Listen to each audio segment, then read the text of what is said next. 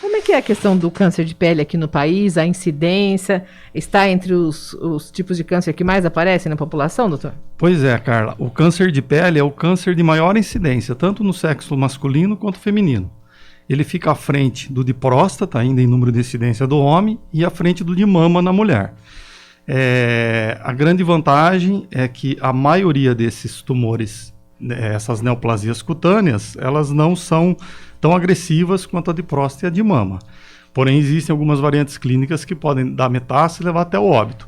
Acredita-se, segundo dados do Instituto Nacional de Câncer, do INCA, que 33% de todas as neoplasias são de pele. Então, 1/3 da incidência de câncer corresponde ao de pele.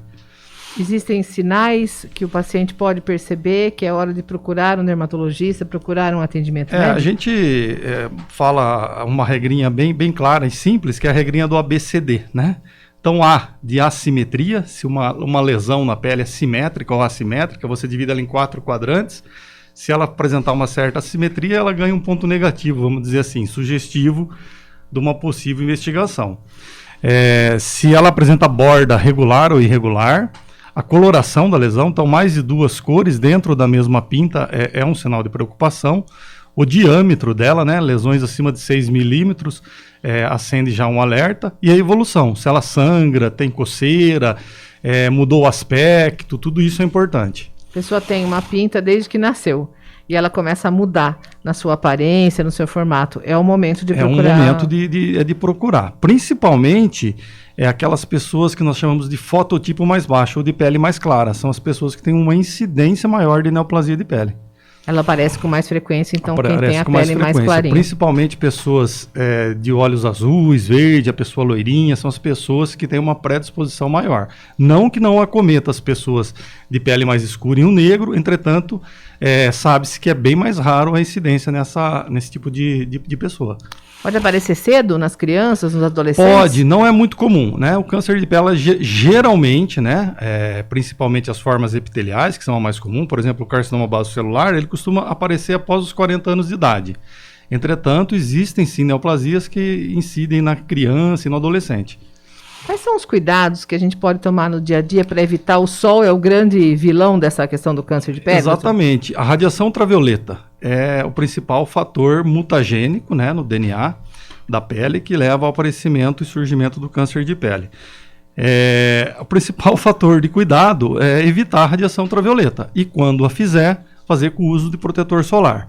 A radiação ultravioleta, no período das 11h10 da manhã até as 16, 17 horas, é o período de maior incidência. É óbvio que a pessoa precisa pegar a radiação ultravioleta, existe aquela situação da produção da vitamina D, principalmente depois de uma determinada idade, entretanto deve-se evitar esses horários. A literatura fala, é uma loucura, mas é usar o filtro solar de 2 em 2 horas. Isso é praticamente inviável na nossa rotina de trabalho. Então que a pessoa pelo menos aplique de manhã antes de sair de casa e provavelmente após o almoço, quando ela for se deslocar, de uma outra reaplicar. Mais importante do que o fator de proteção é a reaplicação. Tem pessoa que fala, eu estou usando 60, é o dobro de proteção do fator 30? Não é, tá? Não chega nem a 2%, alguma coisa assim a mais.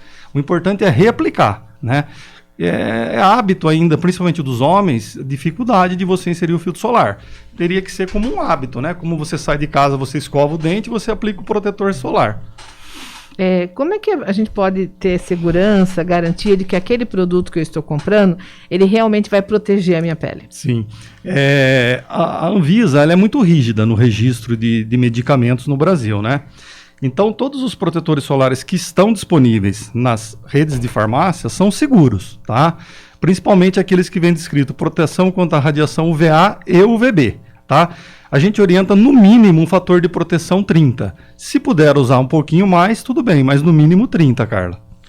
Isso vale, quando a gente fala em proteção solar, a gente pensa, eu vou à piscina, vou à praia. Isso tem que ser feito na rotina, conforme o senhor destacou, exatamente. Né? Vou sair para o trabalho, mesmo que eu vá ficar dentro do escritório, eu preciso estar protegido. Isso, porque a gente se preocupa muito com o sol, mas a gente está esquecendo que é a radiação ultravioleta, não é o sol em si. A radiação ultravioleta que a gente sente no sol, que é aquela que queima, arde a pele, incomoda, é predominante a UVB, né?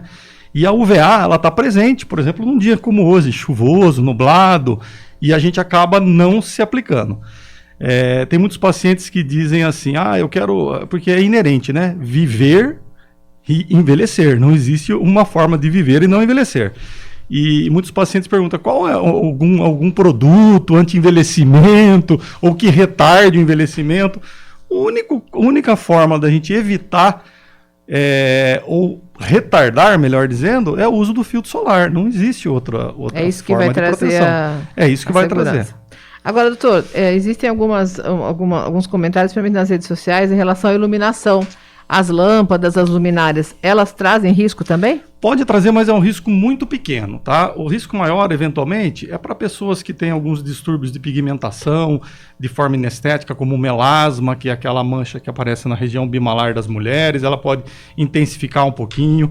Com relação a desenvolver o câncer de pele, existem estudos muito incipientes no início, que ainda não tem uma conclusão, na verdade, sobre isso, tá?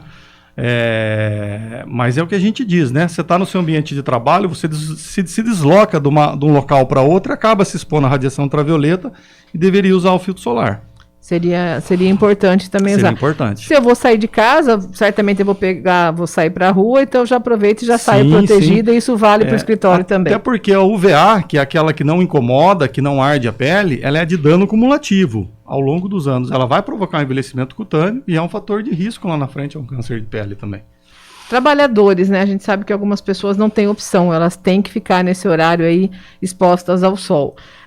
Proteções físicas, uma camisa, um chapéu, um boné, isso ajuda? Ajuda muito, né? Além do protetor químico, né? Uma barreira física com camisetas de protetor solar, chapéu, o óculos de sol, né?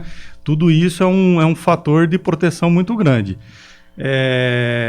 Eu costumo atender muitos pacientes que trabalharam durante muitos anos no campo e não era uma preocupação que se tinha anteriormente com isso, né? São pacientes que sofrem muito hoje em dia com esse problema de lesões, ou já de manifestação do câncer de pele, ou com lesões precursoras que necessitam de tratamento regular. Inclusive, hoje em dia existem alguns tecidos que são anunciados como de maior proteção, protetores em relação ao sol. Existe comprovação em relação a isso? Sim, existem. Vem até descrito, né, nessas barreiras físicas, nessas camisetas, fator de proteção 50. A única coisa que a Anvisa não permite é o fator 100.